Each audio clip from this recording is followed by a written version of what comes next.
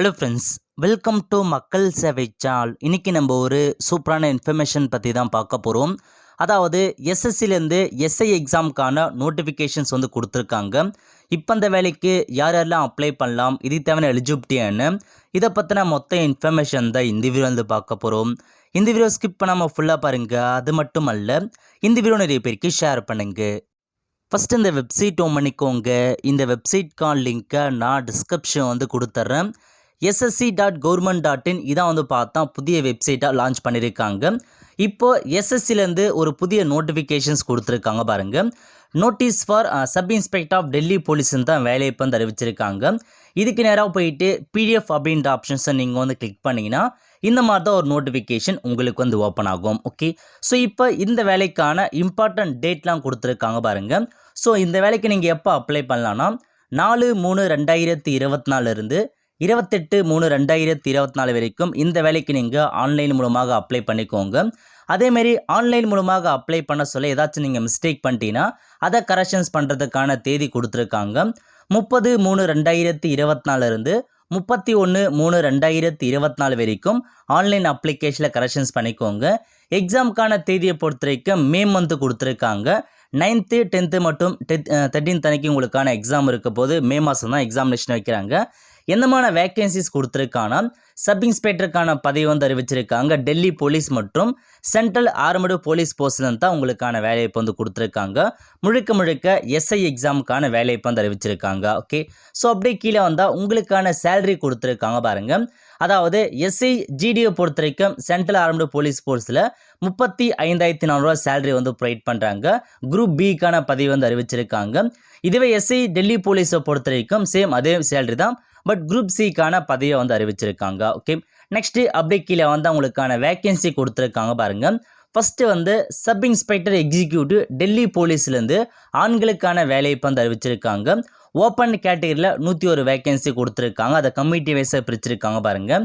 General category 45 vacancy கொடுத்துருக்காங்க. ஓபிசிக்கு 24 vacancy, எஸ்சிக்கு 13, எஸ்டிக்கு இந்த மாதிரி தனியாக பிரித்து கொடுத்துருக்காங்க. இதேமாரி எக்ஸ் சர்வீஸ் மேனுக்கு 7 வேக்கன்சி கொடுத்துருக்காங்க. எக்ஸ் சர்வீஸ் மேனில் ஸ்பெஷல் கேட்டகரிக்கு 5 வேக்கன்சி கொடுத்துருக்காங்க.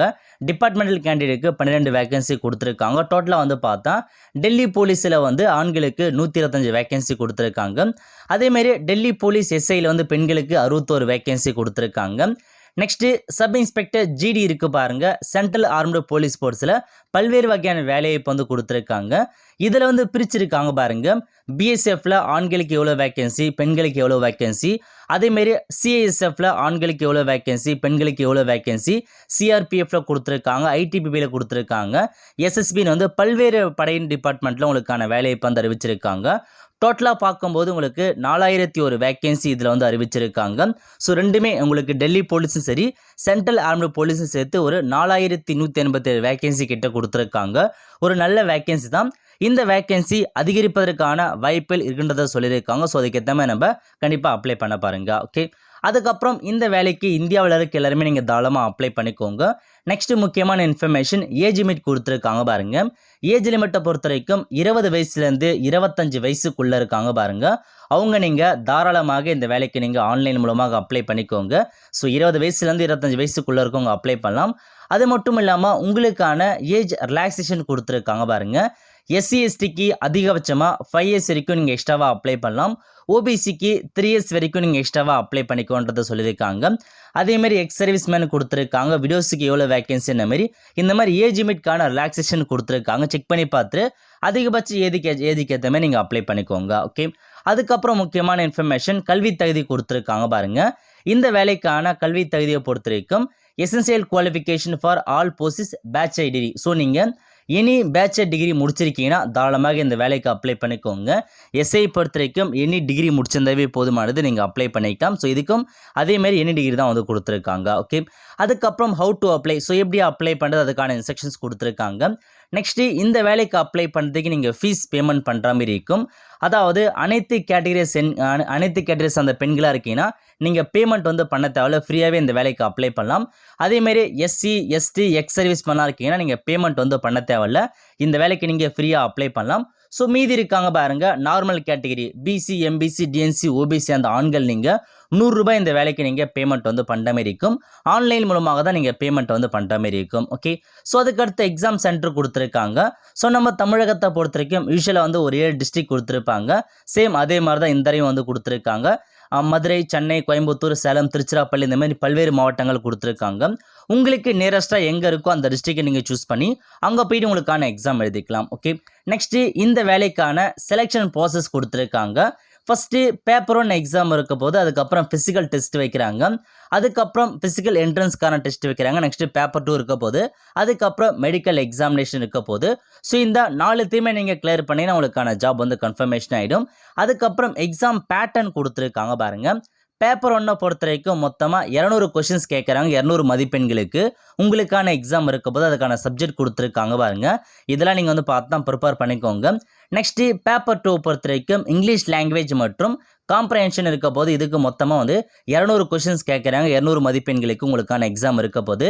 பேப்பர் 1 மற்றும் பேப்பர் 2 ரெண்டுத்தையுமே உங்களுக்கு நெகட்டிவ் மார்க் எடுத்து சொல்லியிருக்காங்க. ஸோ அதுக்கேற்ற மாதிரி கரெக்டாக நீங்கள் ப்ரிப்பேர் பண்ணி எக்ஸாமினேஷன் எழுத பாருங்கள். ஓகே, அது மட்டும் இல்லாமல் நீங்கள் என்சிசிக்கான சர்டிஃபிகேட் வச்சுருக்கீங்கன்னா உங்களுக்கு போனஸ் மதிப்பெண் வந்து ப்ரொவைட் பண்ணுறாங்க. ஏக்கான சர்டிஃபிகேட் இருந்தால் 4 மதிப்பெண் கொடுக்குறாங்க, பிக்கான சர்டிஃபிகேட்னா 6 மதிப்பெண், சி சர்டிஃபிகேட்டுக்கு 10 மதிப்பெண் வழங்குறாங்க. ஸோ என்சிசி சரி வச்சவங்களுக்கு போனஸ் மதிப்பெண் உண்டு. ஸோ அதை நீங்கள் கண்டிப்பாக நீங்கள் அட்டாச் பண்ண பாருங்கள். நெக்ஸ்ட் சிலபஸ் கொடுத்துருக்காங்க பாருங்கள். எக்ஸாமுக்கான சிலபஸ்லாம் வந்து கொடுத்துருக்காங்க. ஸோ இந்த எக்ஸாம் அட்டன் பண்ண போகிறீங்க, இந்த சிலபஸை நீங்கள் ரெஃபர் பண்ணவே ஈஸியாக நீங்கள் வந்து பாஸ் பண்ணிடலாம். நெக்ஸ்ட் உங்களுக்கான ஃபிசிக்கல் ஸ்டாண்டர்ட்லாம் கேட்டிருக்காங்க பாருங்கள். இந்த வேலைக்குன்னு மினிமம் ஹைட் வச்சுருக்காங்க. ஆண்களுக்கு மினிமம் நீங்கள் 170 சென்டிமீட்டர் நீங்கள் தாராளமாக அப்ளை பண்ணிக்கோங்க. செஸ்ட்டை பொறுத்த வரைக்கும் எக்ஸ்பெண்டரில் 85 கேட்டிருக்காங்க, அன்எக்ஸ்பெண்டரில் 80 வந்து கேட்டிருக்காங்க. ஒருவேளை நீங்கள் வந்து ஹில் ஏரியாஸில் இருக்கீங்க, அந்த மாதிரி இமாச்சல பிரதேஷ் அந்த மாதிரி இடங்களில் இருக்கீங்கன்னா உங்களுக்கு ஹைட்டில் வந்து பார்த்தா ரிலாக்ஸேஷன் வழங்குறாங்க, செக் பண்ணி பார்த்துக்கோங்க. அதேமாரி எஸ்டிக்கும் ரிலாக்ஸேஷன் வந்து கொடுத்துருக்காங்க. ஓகே, இதுவே நீங்கள் பெண்களாக இருக்கீங்கன்னா மினிமம் நீங்கள் 157 சென்டிமீட்டர் இருந்தாவே போதுமானது. இந்த வேலைக்கு நீங்கள் தாராளமாக அப்ளை பண்ணிக்கோங்க. நெக்ஸ்ட் உங்களுக்கான ஃபிசிக்கல் டெஸ்ட் எப்படி இருக்க போகுதுன்னா, உங்களுக்கு வந்து பார்த்தா ரன்னிங் ரேஸ் வைப்பாங்க, அதேமாரி வந்து பார்த்தா மீட்டர் ரேஸ் கேனில் வைப்பாங்க, லாங் ஜம்ப் இருக்க போது, ஹை ஜம்ப் இருக்க போது, ஷார்ட் புட் இருக்க போது, இதெல்லாமே உங்களுக்கு வந்து இருக்க போது. இதன் மூலமாக டெஸ்ட் வச்சு தான் உங்களை வந்து செலெக்ஷன் பண்ணுவாங்க. கண்டிப்பாக எல்லாத்துக்குமே மதிப்பெண் வழங்குறாங்க. ஸோ இதெல்லாமே 4மே நீங்கள் கிளியர் பண்ணி முடிச்சதுக்கப்புறம் ரிசர்வேஷன்ஸ் படி உங்களுக்கான ஜாப் வந்து பார்த்தா கன்ஃபர்மேஷன்ஸ் ஆகிடும். ஓகே, ஸோ இதான் நோட்டிஃபிகேஷனில் கொடுத்துருக்க மொத்த இன்ஃபர்மேஷன். எஸ்ஐ எக்ஸாமுக்கான நோட்டிஃபிகேஷன்ஸ் கொடுத்துருக்காங்க. என்ன டிகிரி முடித்தவங்க அப்ளை பண்ணலாம். 4187 வேகன்சிஸ் கொடுத்துருக்காங்க. இப்போ இந்த வேலைக்கு எப்படி ஆன்லைன் மூலமாக அப்ளை பண்ணுறதை இப்போ நம்ம வந்து பார்த்துடலாம். அப்ளை பண்ணுறதுக்கு அகைன் ஹோம் பேஜ் வந்துருங்க. இதில் உங்களுக்கு ஃபஸ்ட்லேயே கொடுத்துருக்காங்க பாருங்க அப்ளைன்னு. இந்த ஆப்ஷன்ஸை நீங்கள் வந்து கிளிக் பண்ணால் போதும். இல்லை லேட்டஸ்ட் நோட்டிஃபிகேஷனாக ஃபஸ்ட்லேயே இருக்குது பாருங்கள் சப் இன்ஸ்பெக்டர் ஜாப்னு. அதுக்கு நேராக போயிட்டு அப்ளை அப்படின்ற ஆப்ஷன்ஸை நீங்கள் வந்து கிளிக் பண்ணால் போதும். உங்களுக்கு லாகின் பேஜ் வந்து கேட்கும். நீங்கள் வந்து பார்த்தா கண்டிப்பாக ஒன் டைம் ரெஜிஸ்ட்ரேஷனுக்கான ஐடி பாஸை க்ரியேட் பண்ணுற மாதிரி இருக்கும். கீழே கொடுத்துருக்காங்க பாருங்கள் நியூ யூசர் ரெஜிஸ்டர் நவ் அப்படின்ற ஆப்ஷன்ஸை நீங்கள் வந்து கிளிக் பண்ணி புதுசாக ஒன் டைம் ரெஜிஸ்ட்ரேஷன் ஐடி பாஸை க்ரியேட் பண்ணிக்கோங்க. எப்படி எஸ்எஸ்சிக்கான ஓடிஆர் க்ரியேட் பண்ணது நம்ம சேனலில் வீடியோ போட்டிருக்கோம். அதுக்கான லிங்க்கை நான் டிஸ்கிரிப்ஷன் வந்து கொடுத்துறேன். அந்த வீடியோ பார்த்து அக்கௌண்ட் க்ரியேட் பண்ணிக்கோங்க. இதுக்கு முன்னாடி நீங்கள் பழைய வெப்சைட்டில் அக்கௌண்ட் வச்சுருந்தாலும் சரி, இந்த புதிய வெப்சைட்டில் புதுசாக நீங்கள் ஓடிஆர் க்ரியேட் பண்ணி தான் அப்ளை பண்ணுற மாதிரி இருக்கும். ஸோ புதுசாக அக்கௌண்ட் க்ரியேட் பண்ணிக்கோங்க. ஓகே, க்ரியேட் பண்ணி முடிச்சதுக்கப்புறம் உங்களுக்கு ரெஜிஸ்ட்ரேஷன் நம்பர் வந்திருக்கும். அந்த நம்பரை என்ட்ரு பண்ணிவிட்டு ஸோ பாஸ்வேர்டு கேட்டிருப்பாங்க. நீங்கள் க்ரியேட் பண்ண பாஸ்வேர்டு கொடுத்துட்டு கீழே ஒரு கேப்ச்சா இருக்குது பாருங்கள். அந்த கேப்ச்சா கூட அப்படியே பார்த்து டைப் பண்ணதுக்கப்புறம் லாகின் அப்படின்ற ஆப்ஷன்ஸை நீங்கள் வந்து கிளிக் பண்ணிங்கன்னா உங்களுக்கான டேஷ்போர்டு வந்து ஓப்பன் ஆகும். இப்போ நீங்கள் அப்படியே கீழே வந்தீங்கன்னா கரண்ட்டாக இருக்க நோட்டிஃபிகேஷன்ஸ் கொடுத்துருப்பாங்க. இதில் சப் இன்ஸ்பெக்டர் நேராக கீழே கொடுத்துருக்காங்க பாருங்கள் அப்ளைன்னு. அந்த ஆப்ஷன்ஸை நீங்கள் வந்து கிளிக் பண்ணி நீங்கள் தாராளமாக அப்ளை பண்ண ஸ்டார்ட் பண்ணிக்கலாம். இப்போ அப்ளை அப்படின்ற ஆப்ஷன்ஸ் கிளிக் பண்ணதுக்கப்புறம் உங்களுக்கு ஒரு சில இன்ஸ்ட்ரக்ஷன்ஸ் கொடுத்துருக்காங்க. எல்லாமே நீங்கள் படித்து பார்த்துட்டு ஃபில் ஃபார்ம் அப்படின்ற ஆப்ஷன்ஸை நீங்கள் வந்து கிளிக் பண்ணதுக்கப்புறம் ஸோ உங்களுக்கான பர்சனல் இன்ஃபர்மேஷன் பேஜுக்குள்ள வந்துருச்சு. உங்களுக்கான எல்லா இன்ஃபர்மேஷன்ஸுமே ஆட்டோமேட்டிக்காக அக்கௌண்ட்லேருந்து எடுத்துக்கும். எதுவுமே ஃபில் பண்ண வேண்டாம். கடைசியாக போயிட்டு நெக்ஸ்ட் அப்படின்ற ஆப்ஷன்ஸை நீங்கள் வந்து கிளிக் பண்ணிங்கன்னா இந்த பர்சனல் ஃபேஸ் சேவ் ஆகிட்டு உங்களுக்கு அடுத்த பேஜ் வந்து ஓப்பன் ஆகும். ஓகே, இதில் உங்களுக்கான எஜுகேஷன் குவாலிஃபிகேஷன்ஸ் கேட்டிருக்காங்க பாருங்கள். உங்களுடைய ஹையஸ்ட் குவாலிஃபிகேஷன் அதிகபட்ச கல்வி தகுதின்னு கேட்டிருக்காங்க. நீங்கள் டிப்ளமோனா டிப்ளமோ கொடுங்க, கிராஜுவேட்னா கிராஜுவேட் கொடுங்க, பிஜினா பிஜி வந்து என்ட்ரு பண்ணுங்கள். அதிகபட்ச கல்வி தேதி கொடுத்துக்கோங்க. நெக்ஸ்ட் வந்து பார்த்தா உங்களுக்கான நீங்கள் அதிகபட்ச கல்வி தேதி என்ன டிகிரி படிச்சிங்களோ அதுக்கான டிகிரி நீங்கள் மென்ஷன் பண்ணுற மாதிரி இருக்கும். எல்லா டிகிரியுமே கொடுத்துருப்பாங்க. யூஜி கொடுத்துருப்பாங்க, பிஜி கொடுத்துருப்பாங்க, பிஹெச்டி வரைக்கும் ஃபுல்லாக கொடுத்துருக்காங்க. உங்களுக்கான அதிகபட்ச டிகிரி என்னன்றதை நீங்கள் கரெக்டாக மென்ஷன் பண்ணிக்கோங்க. ஸோ மிஸ்டேக் இல்லாத கரெக்டாக நீங்கள் வந்து கொடுத்துக்கோங்க. ஓகே, அதுக்கப்புறம் ஸ்டேட்டஸ் கேட்டிருக்காங்க. நீங்கள் அந்த டிகிரியில் வந்து பாஸ்னா பாஸ் கொடுத்துக்கோங்க. படிச்சுட்டு இருக்கேன்னா அப்பியரிங் அப்படின்ற ஆப்ஷன்ஸை நீங்கள் வந்து செட் பண்ணுற மாதிரி இருக்கும். ஸோ கண்டிப்பாக பாஸ் பண்ணவங்க தான் அப்ளை பண்ண முடியும். பாசிங் இயர் கேட்டிருக்காங்க. நீங்கள் டிகிரியை வந்து எந்த இயரில் பாஸ் பண்ணீங்களோ அதுக்கான இயரை மட்டும் நீங்கள் கரெக்டாக வந்து மென்ஷன் பண்ணிக்கோங்க. நெக்ஸ்ட்டு ஸ்டேட் கேட்டிருக்காங்க. உங்களுக்கான டிகிரியை நீங்கள் எந்த ஸ்டேட்டில் முடிச்சிங்கன்னு கேட்டிருக்காங்க. தமிழ்நாடு அப்படின்ற ஆப்ஷன்ஸை நீங்கள் வந்து செட் பண்ணிக்கலாம். நெக்ஸ்ட்டு யூனிவர்சிட்டி கேட்டிருக்காங்க பாருங்கள். உங்கள் டிகிரியை நீங்கள் எந்த யூனிவர்சிட்டியில் நீங்கள் கம்ப்ளீட் பண்ணீங்களோ அதுக்கான யூனிவர்சிட்டி எல்லாமே வந்து ஓப்பன் ஆகும். உங்கள் யூனிவர்சிட்டி ஏதோ அதை நீங்கள் கரெக்டாக பார்த்து செட் பண்ணிக்கோங்க. நெக்ஸ்ட்டு ரோல் நம்பர் கேட்டிருக்காங்க. உங்கள் டிகிரிக்கான ரோல் நம்பர் எதுவோ அதை நீங்கள் அப்படியே பார்த்து டைப் பண்ணிக்கோங்க. ரோல் நம்பர் இல்லாதவங்க ரெஜிஸ்டர் நம்பர் நீங்கள் மென்ஷன் பண்ணிக்கலாம். நெக்ஸ்ட்டு பர்சன்டேஜ் கேட்டிருக்காங்க. அதில் வந்து ஆப்ஷனில் இருந்தால் கொடுங்க, இல்லை நீங்கள் வந்து ஸ்கிப் பண்ணிக்கோங்க. ஓகே, எல்லாமே என்ட்ரு பண்ணிட்டு சேவ் அண்ட் நெக்ஸ்ட் அப்படின்ற ஆப்ஷன்ஸை நீங்கள் வந்து கிளிக் பண்ணால் இந்த பேஜ் வந்து சேவ் ஆகிட்டு உங்களுக்கு அடுத்த பேஜ் வந்து ஓப்பன் ஆகும். ஓகே, இதில் ஒரு சில ரிசர்வேஷன்லாம் கொடுத்துருக்காங்க பாருங்கள். நீங்கள் வந்து எக்ஸ் சர்வீஸ் மேனாக இருக்கீங்க அல்லது ஆர்மடு ஃபோர்ஸில் ஒர்க் பண்ணியிருக்கீங்கன்னா நீங்கள் எஸ் கொடுத்துக்கோங்க. எஸ் கொடுத்து அதுக்கான ஆப்ஷன்ஸை ஃபில் பண்ணுற மாதிரி இருக்கும். இல்லைனா நீங்கள் நோ அப்படின்ற ஆப்ஷன் நீங்கள் வந்து கிளிக் பண்ணிக்கலாம். ஓகே, அதுக்கப்புறம் நீங்கள் வந்து பார்த்தா ஸ்பெஷல் கோட்டாவில் வரீங்க, இஎஸ்எம்மில் வந்து ஸ்பெஷல் கோட்டாவில் வரீங்கன்னா எஸ் அப்படின்ற ஆப்ஷன்ஸை நீங்கள் வந்து கிளிக் பண்ணிக்கோங்க. இல்லை நீங்கள் நோ சைட் பண்ணிக்கோங்க. நீங்கள் வந்து டெல்லி போலீஸில் டிபார்ட்மெண்ட் கேண்டிடேட்டாக இருக்கீங்க, இதுக்கு முன்னாடி ஒர்க் பண்ணியிருக்கீங்கன்னா எஸ் கொடுத்துக்கோங்க. இல்லை நீங்கள் நோ அப்படின்ற ஆப்ஷன் நீங்கள் வந்து செட் பண்ணலாம். சேம் அதேமாதிரி வெரிஃபைக்கு நோ அப்படின்ற ஆப்ஷன் நீங்கள் வந்து கிளிக் பண்ணிக்கோங்க. ஓகே, நெக்ஸ்ட் உங்களுக்கான ஏஜ் ரிலாக்ஸேஷன் கேட்டிருக்காங்க. ஸோ நோட்டிஃபிகேஷன் நிர்ணயிக்கப்பட்ட கல்வி ஏஜை விட அதிகமாக வந்துட்டு நீங்கள் ஏஜ் ரிலாக்ஸேஷன் கொடுத்து அப்ளை பண்ணிக்கோங்க. அதுக்கு அடுத்து 25வது பேஜில் வந்து உங்களுடைய பர்சனல் இன்ஃபர்மேஷன் ஷேர் பண்ணுவான்னு கேட்டிருக்காங்க. எதுக்காகனா ஏதாச்சும் ஜாப் ஆப்பர்ச்சுனிட்டி வருது அவங்களுக்கு இன்ஃபார்ம் பண்ணுவாங்க, அதுக்காக தான் கேட்டிருக்காங்க. ஸோ தேவைப்படுறவங்க எஸ் கொடுத்துக்கோங்க, வேணான்றவங்க நீங்கள் நோ அப்படின்ற ஆப்ஷன் நீங்கள் வந்து செட் பண்ணிக்கலாம். செட் பண்ணி முடிச்சதுக்கப்புறம் சேவ் அண்ட் நெக்ஸ்ட் அப்படின்ற ஆப்ஷன் நீங்கள் வந்து கிளிக் பண்ணிங்கன்னா இந்த பேஜ் வந்து சேவ் ஆகிட்டு உங்களுக்கு அடுத்த பேஜ் வந்து ஓப்பன் ஆகும். ஓகே, இதில் உங்களுக்கான எக்ஸாம் சென்டர் கொடுத்துருக்காங்க பாருங்கள். ஸோ 3 ப்ரிஃபரன்ஸ் நீங்கள் வந்து செட் பண்ணுற மாதிரி இருக்கும். தமிழகத்தில் ஒரு 7-8 டிஸ்ட்ரிக்ட் கொடுத்துருக்காங்க. உங்களுக்கு நியரஸ்ட்டாக எந்த டிஸ்ட்ரிக்ட் இருக்கோ அதுக்கேற்ற மாதிரி நீங்கள் செட் பண்ணிக்கோங்க.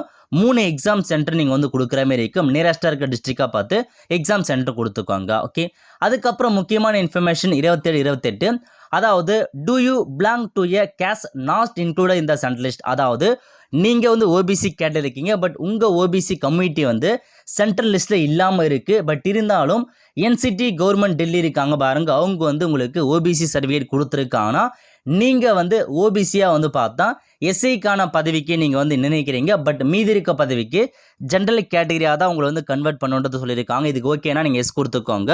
அதாவது நீங்கள் வந்து ஓபிசி கேட்டகரியில் வரீங்க, பட் ஓபிசியில் உங்களுடைய கம்யூனிட்டி வந்து சென்ட்ரல் லிஸ்ட்டில் உங்கள் கம்யூனிட்டி இல்லாமல் இருக்குன்னா உங்களுக்கு வந்து நீங்கள் அந்த எஸ்ஐ பதவிக்கு இருக்குது பாருங்க டெல்லி போலீஸ், அதுக்கு மட்டும் ஓபிசியை நீங்கள் அப்ளை பண்ணிக்கோங்க.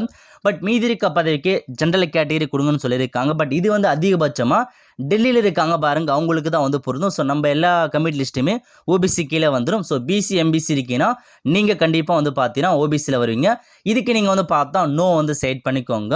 உங்கள் கம்யூனிட்டி லிஸ்ட்டு வந்து சென்ட்ரல் லிஸ்ட்டில் வராமல் இருக்குன்னா மட்டும் நீங்கள் எஸ் கொடுங்க.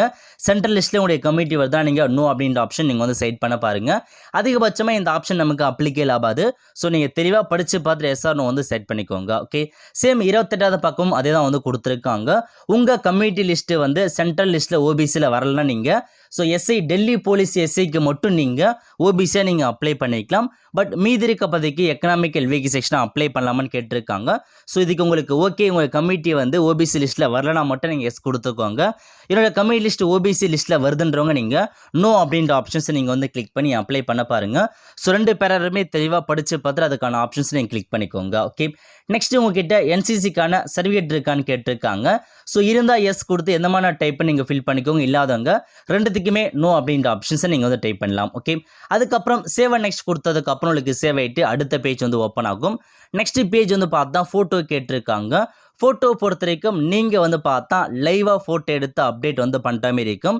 இதுக்கு முன்னாடி பழைய வெப்சைட்டில் நம்ம அப்லோட் வந்து பண்ணோம். ஸோ சேவ் பண்ணி வச்சுட்டு, பட் இப்போ அப்படி இல்லை, லைவாக உங்களுக்கான ஃபோட்டோவை நீங்கள் கேமரா மூலமாக எடுத்து கேப்சர் கொடுத்தீங்கன்னா உங்களுக்கான ஃபோட்டோ வந்து கேப்சர் ஆகிடும். அதை பண்ணி நீங்கள் சேவ் கொடுத்தா போதும், உங்களுக்கான இந்த ஃபோட்டோ வந்து பார்த்தா சேவ் ஆகிடும். ஸோ லைவாக தான் எடுக்கிற மாதிரி இருக்கும். நெக்ஸ்ட் சிக்னேச்சர் கேட்டிருக்காங்க. சிக்னேச்சரை பொறுத்த வரைக்கும் 10 கேபிலேருந்து 20 கேபிக்குள்ளே ரீசைஸ் பண்ணிட்டு அப்லோட் சிக்னேச்சர் அப்படின்ற ஆப்ஷன்ஸை நீங்கள் வந்து கிளிக் பண்ணி சிக்னேச்சர் அப்லோட் பண்ணி முடிச்சதுக்கப்புறம் சேவ் அண்ட் நெக்ஸ்ட் வந்து கிளிக் பண்ண உங்களுக்கு அதுக்கடுத்து ப்ரிவியூ பேஜ் வந்து ஓப்பன் ஆகிடும். அதில் போயிட்டு நீங்கள் கொடுத்த எல்லா இன்ஃபர்மேஷனுமே கரெக்டாக செக் பண்ணி பார்த்துட்டு ஸோ சப்மிட் கொடுத்ததுக்கப்புறம் ஃபைனலாக வந்து சப்மிட் ஃபார்ம் ஓப்பன் ஆகும். ஸோ டிக்ளரேஷன் கிளிக் பண்ணி சப்மிட் கொடுத்ததுக்கப்புறம் நீங்கள் வந்து பார்த்தா பிசி எம்பிசி கேட்டகரிக்கு நீங்கள் 100 ரூபாய் பேமெண்ட் பண்ணுற மாதிரி இருக்கும். ஆன்லைன் மூலமாக நீங்கள் 100 ரூபாய் பேமெண்ட் பண்ணி உங்களுக்கான அப்ளிகேஷன் ஃபார்ம் வந்துடும். இதுவே நீங்கள் அனைத்து கேட்டகரிஸ் அந்த பெண்களாக இருக்கீங்க அல்லது வந்து பார்த்தா எஸ்சி எஸ்ஆர்னா நீங்கள் பேமெண்ட் வந்து பண்ணதால ஃப்ரீயாகவே அப்ளை பண்ணிக்கலாம். ஒன்ஸ் நீங்கள் அப்ளிகேஷன் ஃபார்ம் சப்மிட் பண்ணதுக்கப்புறம் உங்களுக்கு ஒரு அப்ளிகேஷன் வந்துடும். அந்த அப்ளிகேஷன் ஃபார்மை நீங்கள் அப்படியே சேவ் பண்ணி வச்சுக்கோங்க.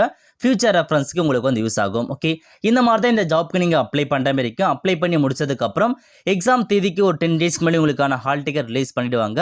அந்த எக்ஸாம் சென்டரில் போய்ட்டு எக்ஸாம் எழுதுறதுக்கப்புறம் செலெக்ஷன்ஸ் வந்ததுக்கப்புறம் உங்களுக்கான ஃபிசிக்கல் டெஸ்ட் மெடிக்கல் டெஸ்ட்டாக இருக்க போது அதை கிளியர் பண்ணதுக்கப்புறம் இந்த ஜாப்பை நீங்கள் வந்து பார்த்து ஈஸியாக வந்து வாங்கிடலாம். ஆல் ஃப்ரெண்ட்ஸ், கண்டிப்பாக இந்த பிடிச்ச லைக் பண்ணுங்கள். அது மட்டும் அல்ல, இந்த வீடியோ நிறைய பேருக்கு ஷேர் பண்ணுங்கள். அடுத்து ஒரு நல்ல சந்திப்போம். நன்றி, வணக்கம்.